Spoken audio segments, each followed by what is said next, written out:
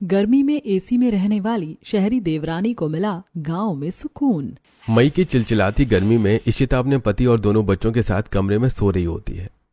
दीपक, पंखे का स्पीड तेज करो ना, मुझे गर्मी लग रही है। मेरी पूरी साड़ी पसीने से गीली हो चुकी है। अरे गर्मी बहुत ज्यादा पड़ रही है इशिता, पंखा तो फुल स्पीड में ही चल रहा है लेकिन हवा नहीं लग रही है। मैं खुद परेशान हो रहा हूँ गर्मी में। अब दीपक इतना कहता ही है कि तभी लाइट चली जाती है। अब गुस्से से इशिता उठकर बेड पर पड़े तकिए को उठाकर अपने पति के मुंह पर फेंकती है। हे भगवान, इस गर्मी में मुझे कहीं सुकून मिलेगा कि नहीं? मैं चैन से सोना चाहती हूँ दीपक, और लाइट चली गई। मुझे सुकून चाहिए इस गर्मी में। अच्छा शांत हो जाओ, गुस्सा मत करो। मैं अगले महीने ही घर में एसी लगवाता हूँ। अब अगले महीने दीपक अपने घर में एसी लगवाता है। शुक्र है तुमने एसी लगवा लिया दीपक। अब मैं सुकून से गर्मी में इस एसी की ठंडी हवा में सोया करूंगी। अब अगले दिन इशिता अपनी जेठानी को फोन करती है, जहां उसकी जेठानी फलों के बगीचे में घूम रही होती है। अरे जेठानी जी, आप कहाँ घूम रही हैं? वो देवरानी जी, मैं ऐसे ही रोज गांव के बगीचे में घूमने आती हूँ। यहाँ ठंडी ठंडी हवा भी शरीर को लग जाती है और हल्की बहुत वॉक भी हो जाती है। अच्छा, और ये शोर कैसा हो रहा है? शोर नहीं है देवरानी जी, ये पक्षियों की मधुर आवाज है। ये सुबह शाम ऐसे ही चहचहाती हैं। इसी में तो सुकून है। क्या सुकून? मेरे तो सिर में दर्द हो रहा है इस आवाज से। खैर देखिए, मैंने एसी लगवा लिया। अब गर्मी में कमरा शिमला जैसा ठंडा रहेगा। बाप रे, शहर में लोग ठंडक पाने के लिए महंगी महंगी एसी लेते हैं। यहाँ तो हम लोग गर्मी में नीम और शीशम के पेड़ के नीचे बैठ जाते हैं और वहीं हमें अच्छी खासी ठंडक का एहसास हो जाता है। हाँ, जाइए जेठानी जी, वरना आप तो शहर से ज्यादा अपनी गाँव की ही तारीफ करती हैं। जाइए, मैं रखती हूँ फोन, बाय। अब रात को इशिता आराम से अपने पति और बच्चों के साथ एसी की ठंडी ठंडी हवा में सोती है। दूसरी तरफ इशिता की जेठानी गांव में घर के आंगन में नीम शीशम जैसे घने पेड़ के नीचे खटिया लगाकर सोती है। अब इसी तरह कुछ हफ्ते गुजरते हैं और एक दिन कड़ी धूप में इशिता अपने बच्चों को स्कूल से घर लेकर आ रही होती है, जहां सड़क पर काफी ट्रैफिक, शोर शराबा और पोल्यूशन हो रहा होता है। मम्मी, कितनी गर्मी हो रही है और ये सड़क कभी खाली क्यों नहीं होती है? सच में हम लोग जहाँ रहते हैं वहाँ कितनी गाड़ियाँ चलती है। मेरे तो सर में दर्द हो रहा है मम्मी, ऊपर से गर्मी इतनी ज्यादा लग रही है। ये शहर है बेटा, शहर में ऐसे ही ट्रांसपोर्ट चलते रहते हैं और फिर पॉल्यूशन भी बहुत ज्यादा होता है। अब इशिता इतना बोलती ही है कि तभी एक कार तेजी से आकर सड़क पर चल रही गाय को ठोकर मारती है। हेलो मिस्टर, दिखाई नहीं देता क्या? गाड़ी ध्यान से नहीं चला सकते? ये बेजुबान जानवर कुछ बोल नहीं सकते हैं तो आप लोग इनके ऊपर एक गाड़ी चला देंगे? अरे ये शहर है बेटी, यहाँ लोग अपनों की इज्जत नहीं करते हैं तो जानवरों की क्या करेंगे? अगर यही जानवर गांव के सड़क पर चल रहा होता ना तो गांव के लोग इसे पानी, खाना, चारा सब कुछ पूछते। आप ठीक कह रहे हैं। अब इशिता कुछ बोलती उससे पहले वो गाड़ी वाला तेज तेज हॉर्न बजाते हुए फुल स्पीड में वहां से निकल जाता है। अब चिलचिलाती गर्मी में जैसे तैसे इशिता बच्चों को लेकर घर आती है और कमरे में जाकर एसी ऑन करती है तो एसी ऑन ही नहीं होता। हे भगवान, ये एसी क्यों नहीं चल रही है? क्या हो गया इस एसी में? सोचा था घर जाकर सुकून से बैठूंगी, लेकिन नहीं, इस गर्मी में मेरी किस्मत में तो सुकून लिखा ही नहीं है। अब गुस्से से इशिता अपने पति को फोन करती है। दीपक, ये कैसा एसी लगाया है तुमने जो चल ही नहीं रहा है? कब से मैं इसे चलाने की कोशिश कर रही हूँ, गर्मी अलग लग रही है। अरे इशिता, गुस्सा क्यों कर रही हो? रुको, मैं अभी मैकेनिक भेजता हूँ। गर्मी बहुत ज्यादा है इसलिए एसी लोड नहीं उठा पा रहा होगा। अब मैकेनिक आकर इशिता की एसी को ठीक करते हैं, जिसके बाद दोपहर में इशिता अपने बच्चों के साथ एसी चलाकर सो जाती है। अब इशिता जैसे ही गहरी नींद में जाती है, एसी के नीचे लगी बाल्टी पानी से भरकर गिरने लगती है और इशिता की आंख खुल जाती है। अरे यार, अभी तो आंख लगी ही थी कि एसी के पानी से ये बाल्टी भरकर गिरने लगा। कहीं सुकून नहीं है। इंसान सुकून से एसी की हवा में सो भी नहीं सकता। अब इशिता बाल्टी का पानी उठाकर बालकनी से घर के बाहर फेंकती है। अब रात को दीपक घर आता है, वहीं इशिता गर्मी में परेशान होकर सबके लिए खाना बनाती है और सभी लोग खाना खाते हैं। क्या हुआ, परेशान क्यों हो इशिता? अब तो हमने घर में एसी भी लगवा लिया है। कोई फायदा नहीं है दीपक, गर्मी इतनी ज्यादा बढ़ गई है कि उसके आगे एसी भी फेल है। 3 से 4 बार तो हमने अपनी एसी की सर्विस ही करवा ली है और सर्विस के बाद से एसी से बहुत पानी आ रहा है। गर्मी भी तो बहुत ज्यादा हो रही है शहर में, इसीलिए एसी भी ठीक से काम ही नहीं कर रहे हैं। अब रात को खाना पीना खाकर इशिता अपने पति के साथ अपने बच्चों को लेकर सोने आती है। मम्मी मम्मी एसी ऑन कर दो, कमरे में बहुत गर्मी हो रही है। हाँ मैं भी दरवाजा बंद कर देता हूँ ताकि एसी की ठंडी हवा बाहर ना जाए। अब इशिता जैसे ही एसी ऑन करने के लिए रिमोट उठाती है, इतने में लाइट चली जाती है। अब इशिता गुस्से से रिमोट को फेंकते हुए, हे भगवान, स्लाइड को भी अभी जाना था। सोचा था सारा काम खत्म हो गया, अब सुकून से सोऊंगी तो लाइट ही चली गई। मुझे बहुत गुस्सा आ रहा है। दीपक, अरे मुझे सुकून के 2 पल इस गर्मी में कहीं मिलेगा कि नहीं? अच्छा रुको, मैं अभी इन्वर्टर वाले को बुलाता हूँ। अब रात 12 बजे दीपक अपने घर में इन्वर्टर वाले को बुलाता है और इन्वर्टर लगने के बाद बिना बिजली के भी घर में एसी चलती है और सब चैन से सोते हैं। लेकिन कुछ ही हफ्तों में इन्वर्टर एसी का लोड उठाना बंद कर देता है और वो फूक जाता है। वहीं इशिता दोपहर की गर्मी में परेशान होकर घर की बालकनी में आती है। हे भगवान, शहर में तो गर्मी बर्दाश्त करना बहुत मुश्किल है। गर्मी से परेशान होकर पहले एसी लगाया, फिर एसी को चलाने के लिए इन्वर्टर लगाया, लेकिन ना तो एसी ही ठीक से चल पाई और ना ही इन्वर्टर। और बालकनी में भी ठंडी हवा नहीं आ रही है। चारों तरफ बस गाड़ियों की तेज आवाज, लोगों का शोर, पोल्यूशन के सिवा कुछ नहीं है। अरे कहीं सुकून नहीं है, कहीं भी नहीं। अब इशिता इतना बोलती ही है कि तभी गांव से उसकी जिठानी का फोन आता है।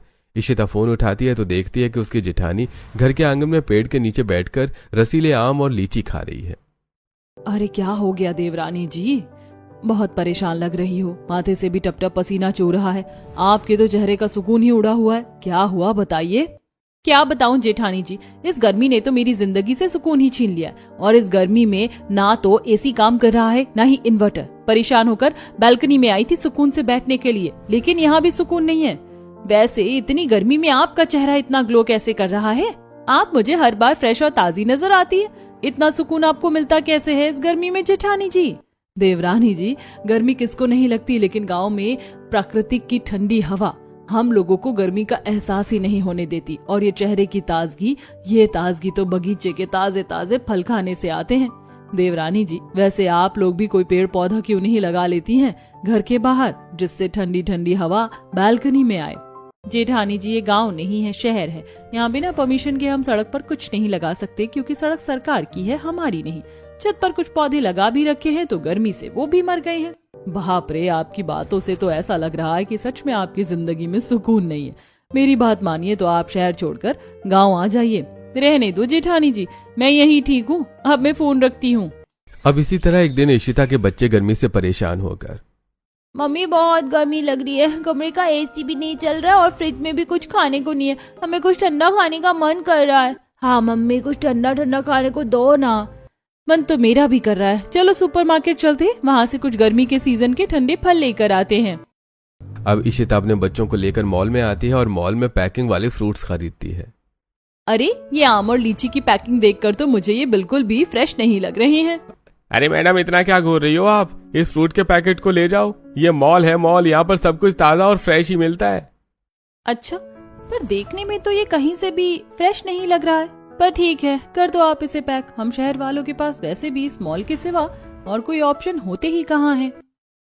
अब इशिता फ्रूट्स लेकर घर आती है और रात को खाने की टेबल पर खाने के साथ साथ वो आम, लीची, चीकू, स्ट्रॉबेरी जैसे फल को काट कर प्लेट में रखती है। इशिता, ये फल कहाँ से खरीदे तुमने?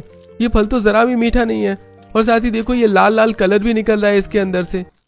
हे भगवान, ये फल मैंने दीपक मॉल से लिया था। सोचा था गर्मी में सीजन के ठंडे ठंडे फल खाऊंगी तो थोड़ा सुकून मिलेगा, लेकिन उस मॉल वाले ने हमारे साथ धांधली की। शहर में तो धांधली के सिवा कुछ होता ही नहीं है। हाँ इशिता, शहर में सिर्फ धांधली होती है। यहाँ पर लोग किसी के सुकून और किसी की पसंद नापसंद की चिंता नहीं करते, उन्हें बस पैसा कमाना होता है। पापा, मेरे हाथ में भी देखो स्ट्रॉबेरी के लाल लाल कलर लगे। ऐसा लग रहा है इन फलों में रंग डालकर इन्हें लाल किया गया है। हाँ तुम ठीक कह रही हो बेटी, लाओ इसे इधर दो, इन्हें मत खाओ। अब इसी तरह कुछ हफ्ते गुजरते हैं और एक सुबह दीपक अपने दोनों बच्चों के साथ खुशी से डांस कर रहा होता है कि तभी वहाँ पर इशिता आती है। ये आप लोग क्या कर रहे हैं? सुबह सुबह दिमाग खराब हो गया। क्या इतना शोर कौन करता है? और आपको ऑफिस नहीं जाना और बच्चे ये डांस क्यों कर रहे हैं? इन्हें स्कूल के लिए रेडी नहीं होना है? अरे शांत हो जाओ इशिता, आज से हमें न तो ऑफिस जाना है और न ही स्कूल, क्योंकि बच्चों के स्कूल से मैसेज आया है कि उनके स्कूल की छुट्टियां पड़ गई हैं और मेरे ऑफिस में भी समर वेकेशन की छुट्टी पड़ गई है, इसलिए आज से हम लोग घर पर ही रहेंगे। हे भगवान, तुम सब घर में रहकर गर्मी में मेरा दिमाग खराब कर दोगे। मुझे वैसे ही सुकून नहीं मिलता और तुम लोग मेरा बचा कुचा सुकून भी छीन लोगे। इसीलिए मैंने फैसला कर लिया है कि हम समर वेकेशन पर कहीं बाहर घूमने जा रहे हैं, या तो शिमला या तो मनाली, क्योंकि अब इस गर्मी में मुझे किसी ठंडी जगह पर जाकर ही सुकून मिलेगा। बाप रे, समर वेकेशन के लिए शिमला मनाली जाने में तो बहुत पैसे खर्च हो जाएंगे। इशिता, इतने पैसे नहीं है मेरे पास। अगर पैसे होते तो मैं घर में दूसरा एसी नहीं लगवा लेता। एक काम करते हैं, गांव चलते हैं। गांव में बहुत मजा आएगा। गांव के तो खान पान, पहनावा, बाजार, नदी, बगीचा, हर चीज में सुकून है। चुप करो तुम, कुछ नहीं है उस गांव में। ज्यादा गांव गांव करके मत दिखाओ। मुझे गांव नहीं जाना। यहाँ वैसे ही मैं गर्मी में परेशान रहती हूँ, वहाँ तो और ज्यादा परेशान हो जाऊंगी। वहाँ तो लाइट भी नहीं रहती। नहीं नहीं, मुझे वहाँ जाकर अपने सुकून की धज्जियां नहीं उड़वानी। इशिता, एक बार मेरी बात मानकर तुम गांव चलो। मैं रिक्वेस्ट कर रहा हूँ, तुम्हें सच में वहाँ बहुत सुकून मिलेगा। मम्मी मम्मी चलो ना, गांव ही चलते हैं। फिर बड़ी मम्मी के बच्चे से भी मिलेंगे, हमने कई सालों से उन्हें देखा तक नहीं है। हाँ पापा ठीक कह रहे हैं, हमें गांव ही चलना चाहिए। मम्मी, मेरे दोस्त भी इस बार छुट्टियों में गांव ही गए हैं, अपनी दादी के घर। मुझे भी जाना है, दादी से मिलना है। देखो, तुम्हारी तरह तुम्हारे बच्चे भी गांव गांव करने लगे। तुम एक नंबर के कंजूस हो दीपक। ठीक है चलो गांव, लेकिन सोच लो, अगर मुझे वहाँ सुकून नहीं मिला ना तो मैं फौरन वहाँ से शहर आ जाऊंगी। ओके ओके इशिता, मैं तुम्हें रोकूंगा भी नहीं, बल्कि तुम्हें लेकर खुद शहर आ जाऊंगा। अब कुछ ही दिनों में दीपक ट्रेन से अपने पूरे परिवार को समर वेकेशन पर गांव लेकर जाता है। बच्चे ट्रेन में बैठकर बहुत खुश होते हैं। वहीं इशिता, दीपक देख लो, सोचा था वेकेशन पर शिमला या मनाली जाऊंगी, लेकिन तुम इस घटिया सी ट्रेन में बिठाकर मुझे गांव ले जा रहे हो। अब गांव जाने के लिए ट्रेन ही पकड़ना पड़ता है इशिता, इसलिए हम ट्रेन से जा रहे हैं। लेकिन तुम चिंता मत करो, तुम्हें गांव जाकर बहुत सुकून मिलेगा।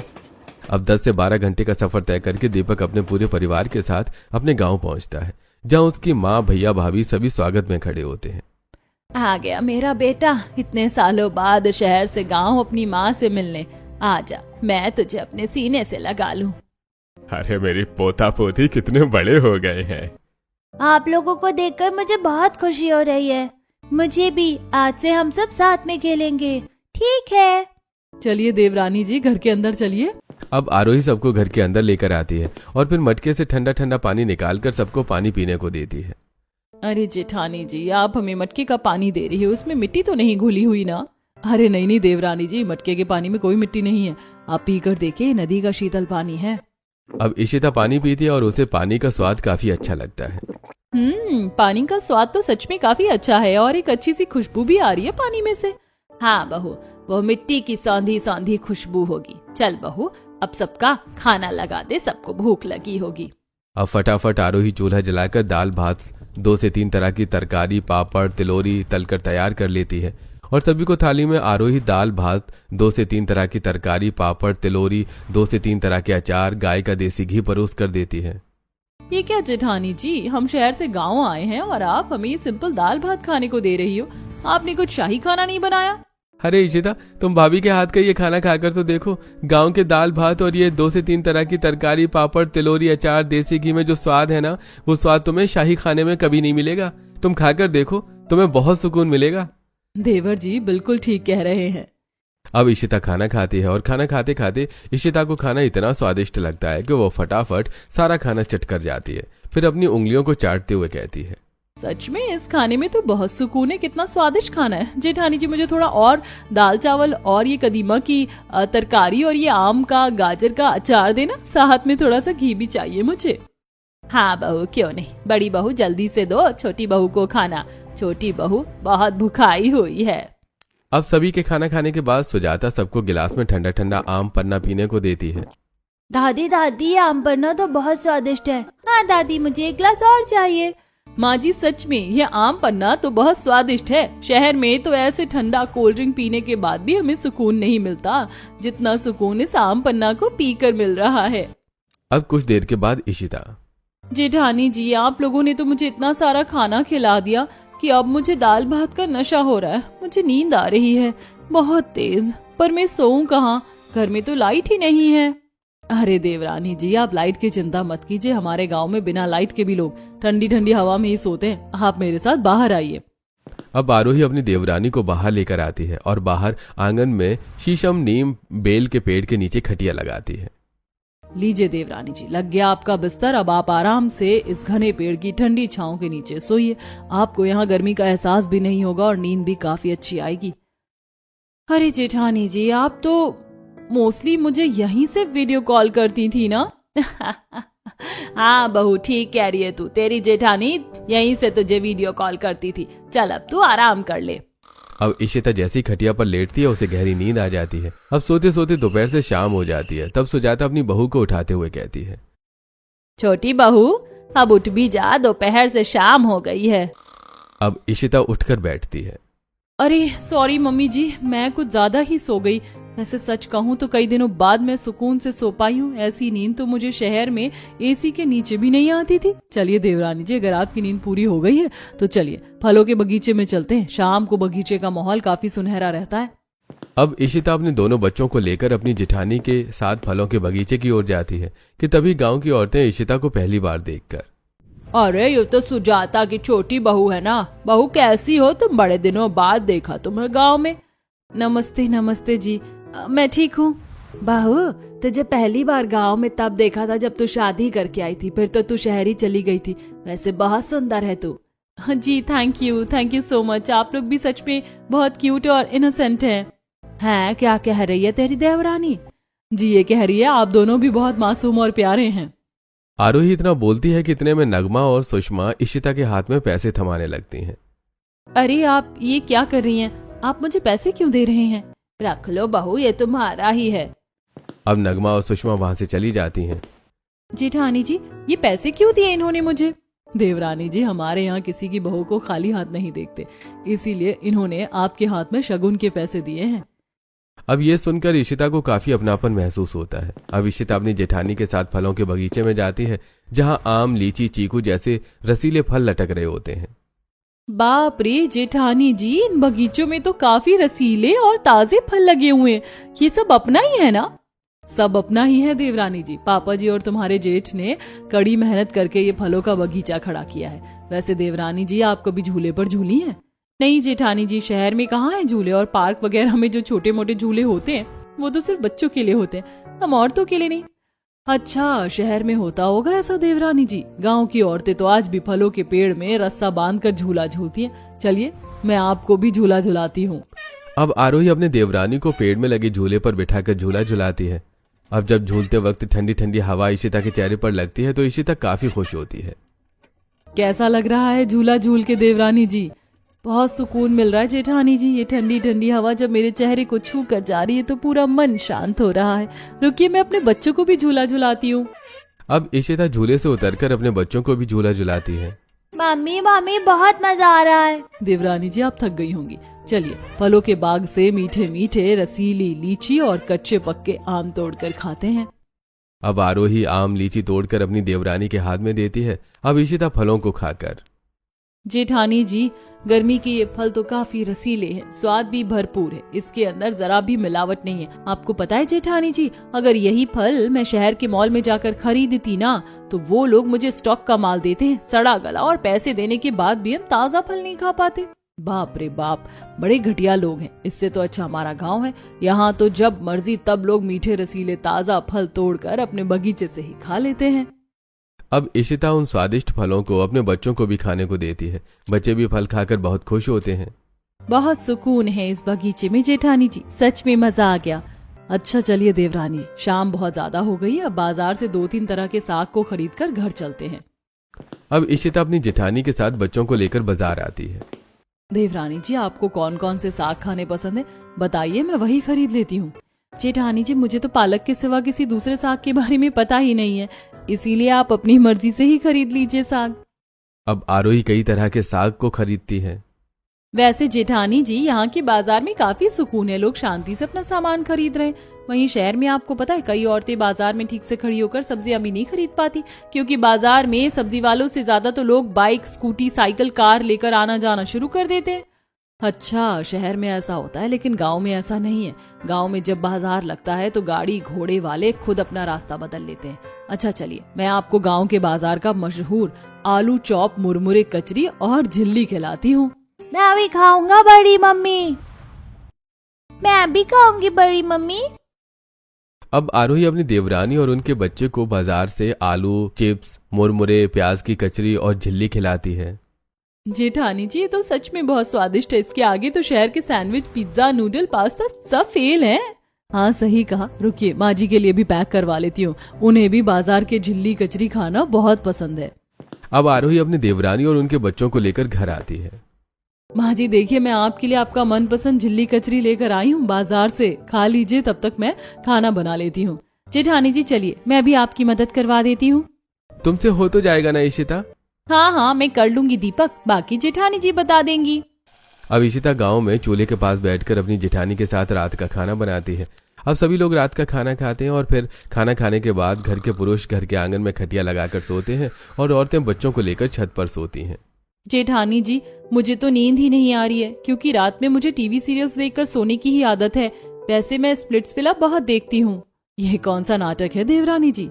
बाऊ, इस गांव की औरतें टेलीविजन देखकर नहीं बल्कि आस पड़ोस की औरतों की चुगली करके सोती है। चल आज मैं तुझे अपने टाइम की कहानियां सुनाती हूँ, जब मैं बहू बनकर यहाँ आई थी। अब सुजाता अपने पुराने दिनों की बात अपने दोनों बहू और पोता पोती से करती हैं और ये कहानी सुनते सुनते सभी गहरी नींद में सो जाते हैं। अगले दिन सुबह इशिता जैसे उठकर बैठती है, उसे छत पर पक्षियों की चहचहाहट सुनाई देती है। साथ ही कुछ पक्षी छत पर आकर घूम रहे होते हैं। कितना अच्छा माहौल है जेठानी जी, कितना सुकून मिल रहा है, कितनी शांति है। ये ठंडी हवा, ये रंग बिरंगी पक्षियाँ, कोई शोर नहीं, कोई ट्रैफिक नहीं, बस सुकून ही सुकून। गांव में तो हमारी ऐसी ही सुबह होती है देवरानी जी। चलिए अब मैं आपको फटाफट कुल्हड़ वाली चाय बनाकर पिलाती हूँ। अब इशिता उठकर नीचे आती है और आरोही सबको कुल्हड़ वाली चाय बनाकर पिलाती है। अरे भाभी मजा आ गया चाय पीकर तो। दीपक सही कह रहा है, जब तक आरोही के हाथ की हम लोग कुल्हड़ वाली चाय नहीं पीते हमारी तो नींद ही नहीं खुलती। सच में जेठानी जी, गांव की कुल्हड़ वाली चाय में तो बहुत सुकून है। इसके आगे तो शहर की महंगी महंगी कॉफी और ब्लैक टी भी फेल है। अब इसी तरह कुछ दिन गुजरते हैं और एक दिन आरोही से ढेर सारा खाना बन जाता है। अरे जेठानी जी, सबने तो खाना खा लिया है, उसके बाद भी इतना सारा खाना बच गया है। अब तो ये सारा खाना डस्टबिन में फेंकना पड़ेगा। आखिर कैसे बन गया इतना सारा खाना? पता नहीं देवरानी जी, मेरा दिमाग कहाँ था, मैंने गलती से इतना सारा खाना बना लिया। पर अब हम करेंगे क्या? यहाँ कोई डस्टबिन है जेठानी जी? अरे डस्टबिन क्यों देवरानी जी, गांव के जानवर है ना, वो जानवर भी तो हमारे ही भरोसे बैठे रहते हैं। चलिए आज मैं आपको गौशाला लेकर चलती हूँ। अब आरोही सभी खाने को पन्नी में भरकर इशिता के साथ गौशाला आती है, जहाँ ढेर सारी गाय को गांव की औरतें खाना खिला रही होती हैं। बाप रे, इतनी सारी गाय एक साथ, और ये सब उनकी सेवा कर रहे हैं। हाँ देवरानी जी, यहाँ पर ऐसा ही होता है। यहाँ सब गौशाला आकर गाय की सेवा करते हैं। जेठानी जी गांव में तो सचमुच सब कुछ बहुत अच्छा है, सब डिसिप्लिन में रहते हैं। अब इशिता अपनी जेठानी के साथ गौशाला में सभी गाय को रोटी खिलाती है। अब इसी तरह अगले दिन आरोही अपनी देवरानी और घर के सभी बच्चों को लेकर गांव की नदी के पास आती है। नदी को देखकर दोनों ही देवरानी जेठानी के बच्चे फौरन नदी में कूदकर डुबकी लगाने लगते हैं। अरे जेठानी जी, ये नदी का पानी साफ तो है ना? बच्चे ऐसे पानी में घुसकर नहा रहे, कहीं बीमार ना पड़ जाएं। अरे देवरानी जी कुछ नहीं होगा, चलिए मेरे साथ। अब आरोही अपनी देवरानी को भी नदी के अंदर उतारती है। नदी का पानी काफी शीतल होता है, चारों तरफ ठंडी हवा चल रही होती है। अब इशिता पानी में डुबकी लगाकर, अरे जेठानी जी, नदी का पानी तो शहर के मिनरल वाटर से भी ज्यादा मीठा और साफ लग रहा है। यहाँ तो आसपास गंदगी भी नहीं है। कितना सुकून है इस नदी के पानी में। इस नदी के पानी के आगे तो शहर के स्विमिंग पूल भी फेल है। आपको पता है, शहर में जो वाटर पार्क होते हैं वहाँ पर लोग बहुत गंदगी मचाते हैं। खाने पीने का रैपर से लेकर कुछ औरतें तो अपने बच्चों को सुसु भी उसी में करवा देती हैं। तौबा तौबा, कैसी औरतें हैं, जरा भी सलीका नहीं है। अब काफी समय तक इशिता अपना समय नदी में बिताती है, जहाँ उसे काफी सुकून मिलता है। इसी तरह कुछ हफ्ते गुजरते हैं और एक दिन दीपक इशिता से कहता है, इशिता क्या बात है, तुमने अब तक शहर जाने की बात नहीं की? तुम्हारा यहाँ मन तो लग रहा है ना? अब इशिता खुशी से कहती है, हाँ दीपक, मेरा यहाँ बहुत मन लग रहा है। साथ ही मुझे यहाँ बहुत सुकून भी मिल रहा है। यहाँ की सड़कें, यहाँ का खान पान, नदी, बगीचा सब बहुत अच्छा है। हर एक चीज में यहाँ सुकून है। शहर में तो मैं गर्मी से परेशान होकर अपनी एसी ही ठीक करवाती रह जाती थी। और तब भी तुझे वहाँ सुकून नहीं मिलता था छोटी बहू? अब दीपक भी अपने बड़े भाई के साथ गांव में अपना खेत खलियान देखता है, जहां पर सरसों की खेती लहरा रही होती है।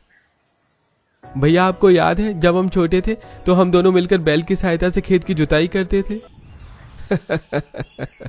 जुताई से ज्यादा तो हम बैल की सवारी का मजा लेते थे। मुझे आज भी सब याद है। अब इसी तरह एक दिन आरोही अपनी सास के साथ घर के आंगन में बैठकर कच्चे आम को काट रही होती है। अरे जेठानी जी, ये क्या कर रही हो आप एक साथ इतने सारे कच्चे आम के टुकड़े क्यों कर रही हैं? और माँ जी, आप ओखली में क्या कूट रही हैं? देवरानी जी, गर्मी का मौसम है, इस मौसम में बगीचे में आम बहुत फरते हैं, इसीलिए हम आम का अचार बना रहे हैं ताकि पूरे साल आराम से आम के अचार स्वाद ले लेकर खा पाएं। हाँ, सही कह रही तेरी जेठानी। और मैं ओखली में इन्हीं अचार को बनाने के लिए कुछ मसाले कूट रही हूँ, जैसे मोटा धनिया, कलौंजी, सौंफ, जीरा, अजवाइन। मैं भी करूंगी मम्मी जी, मैंने ये सब शहर में कभी नहीं किया है। अब इशिता पहले अपनी जेठानी के साथ मिलकर ढेर सारे कच्चे आम के टुकड़े करती है और फिर अपनी सास से ओखली लेकर ओखली में सभी खड़े मसालों को कूटती है। मम्मी जी, इन मसालों में से तो बहुत अच्छी खुशबू आ रही है। ऐसी खुशबू तो कभी शहर के मसालों में नहीं आती। वहाँ तो सारे पैकेट वाले मसाले मिलते हैं, वो भी बेस्वाद।